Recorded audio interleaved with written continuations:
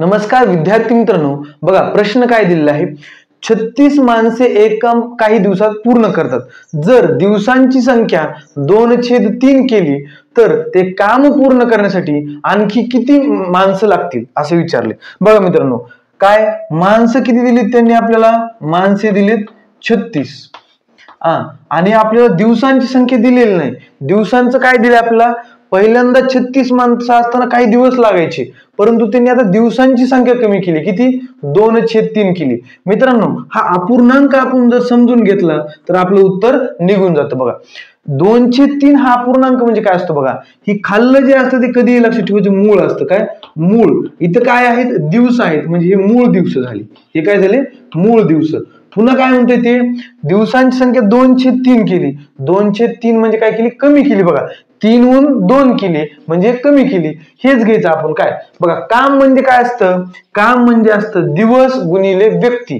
दिवस गुणिले व्यक्ती. मग किती मित्रांनो?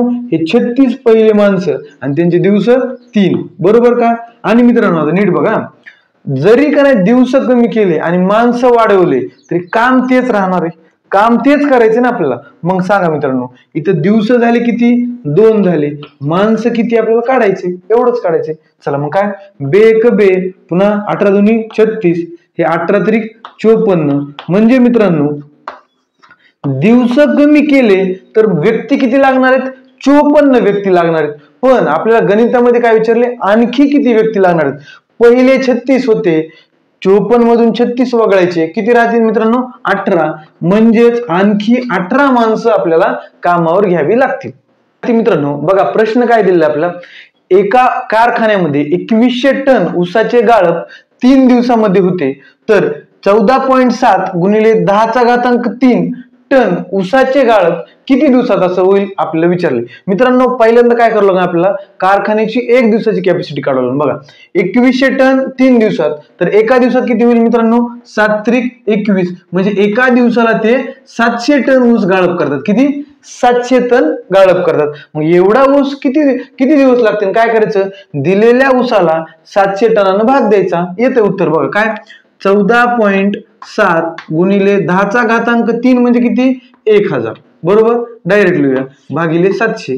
मित्रांनो हे 2 शून्य हे 2 शून्य कटले. पुन्हा काय आता भागाकार करूया.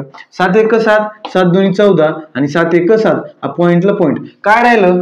2.1 आणि 10 म्हणजे किती येईल मित्रांनो? 21. म्हणजे किती दिवस लागतील? 21 दिवस हे ऊसाचं गाळप करण्यासाठी लागतील. मित्रांनो बघा काय प्रश्न दिलाय. ए एक काम 10 दिवसात करतो, बी तेच काम 15 दिवसात करतो, तर दोघे मिळून तेच काम किती दिवसात करतील? मित्रांनो अशा प्रकारची उदाहरणं आपण वर्क एलसीएम थ्रू काढून आपण हे गणित एकदम सोप्या पद्धतीने करू शकतो. बघा काय दिलंय ते लिहून घेऊया.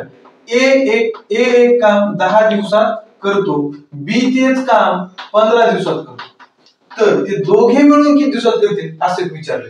मित्रांनो काय करायचं? या दोघं जे काम करतात ते काम काढण्याचा प्रयत्न करूया. मग ते काम कसं काढायचं मित्रांनो? एलसीएम काढायचा, लसावी काढायचा. 10 आणि 15चा लसावी किती येतो मित्रांनो? 30 येतो. बघा हे झालं वर्क, म्हणजे हे झालं काम झालं, हे झाले दिवस झाले. आता मित्रांनो बघा, ए 30 काम 10 दिवसात करतो, म्हणजे एका दिवसात किती काम करत असेल? तो 3 काम करत असेल, म्हणजे ती त्याची काय झाली? क्षमता झाली, इफिशियन्सी. 10 त्रिक 30. बघा ना, एका दिवसात 3 करतो, 10 दिवसात 3 करणार. हा किती करेल? एका दिवसात 2 करेल, म्हणजे 15 दुनी 30. बरोबर का मित्रांनो? बघा ए ची क्षमता आली 3, बी ची क्षमता आली 2. मग आपल्याला काय विचारलं जातं? एकत्र काम करणार आहेत ती. एकत्र काम करणार म्हणजे काय करणार? दोघांची क्षमता एकत्र होणार. दोघांची क्षमता किती? 3 आणि 2 किती होणार? 5. म्हणजे काम किती आहे? 60, क्षमता आहे 5, म्हणजे सॉरी 30 काम किती दिवसात करतील ते बघा.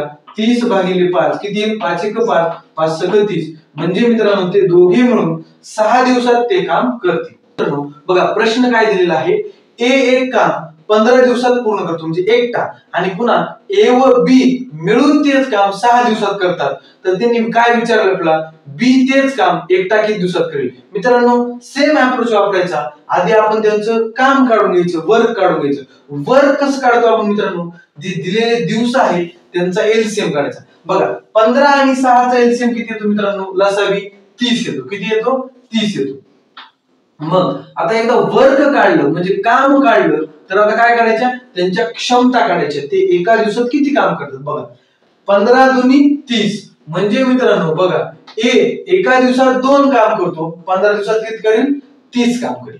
पुन्हा ए आणि बी मिळून 6 दिवसात करतात, तर त्यांची क्षमता किती असेल, दोघांची मिळून आहे तर बघा 6 पंचे 30 म्हणजे त्यांची क्षमता किती झाली, 5 झाली. मित्रांनो आपल्याला फक्त एकट्या बी चं काढायचं. बघा इथे ए ची क्षमता निघाली 2, ए आणि बी ची निघाली 5, आपल्याला पाहिजे बी ची क्षमता. बघा जर ए ची क्षमता 2 असेल तर बी ची किती असेल मित्रांनो, नक्कीच 3 असेल, कारण 5 मधून वजा करावं लागेल ना. ही ए आणि बी ची क्षमता आहे म्हणजे बी ची क्षमता किती आली मित्रांनो, 3 आली. मग आपल्याला काय काढायचे, बी एकटा किती दिवसात काम करेल, काम टोटल आहे 30 भागिले 3 किती येईल, 3 एक 3 3 10 30 म्हणजे बी ते एकटा काम 10 दिवसात करेल. बघा प्रश्न काय दिला आहे, मनोहर व सलमा मिळून एक काम 20 दिवसामध्ये करतात आणि तेच काम एकटा मनोहर किती दिवसामध्ये करतो, 30 दिवसामध्ये करतो. तर आपल्याला विचारले काय, एकटी सलमा ते काम किती दिवसामध्ये पूर्ण करेल. मित्रांनो सेम अप्रोच वापरायचा, आधी आपल्याला दिवस दिलेत, आपण त्यांचा एलसीएम काढायचा म्हणजे त्यांचं वर्क काढायचं, काम काढायचं. चला मग काय वर्क काढू, यांचा एलसीएम न काढू, बरोबर का. 20 आणि 30 चा एलसीएम किती येतो, लसावी किती येतो, 60. किती येतो, 60.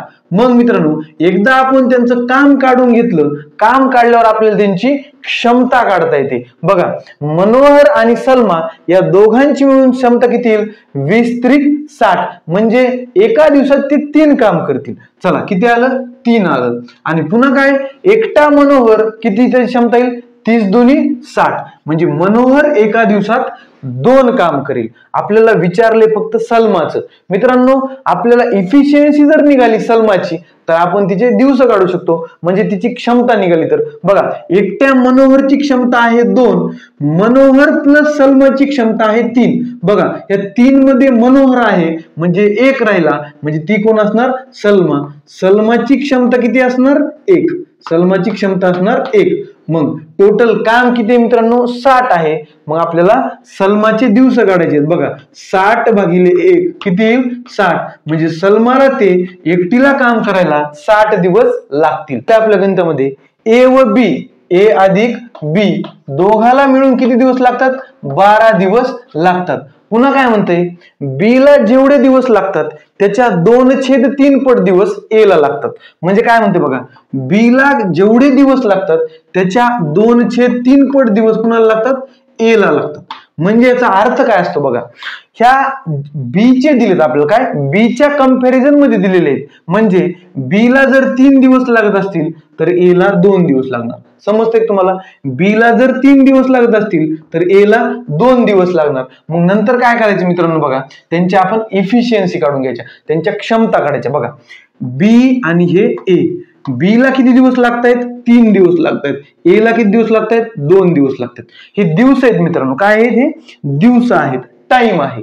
मित्रांनो कधी पण लक्षात ठेवायचं, कामकाळ वेग मध्ये टाइम आणि त्याची क्षमता ही एकमेकाच्या विरुद्ध असते, बरोबर आहे का. मग सांगा मित्रांनो बघा, बी ची क्षमता किती येणार, 2 येणार आणि ए ची क्षमता किती येणार, 3 येणार. ही इफिशियन्सी. आपल्याला इफिशियन्सी आल्या, आता आपल्याला काम निघतंय. बघा दोघांची इफिशियन्सी किती आली, 2 आणि 3. बघा 2 आणि 3 किती झाले, 5.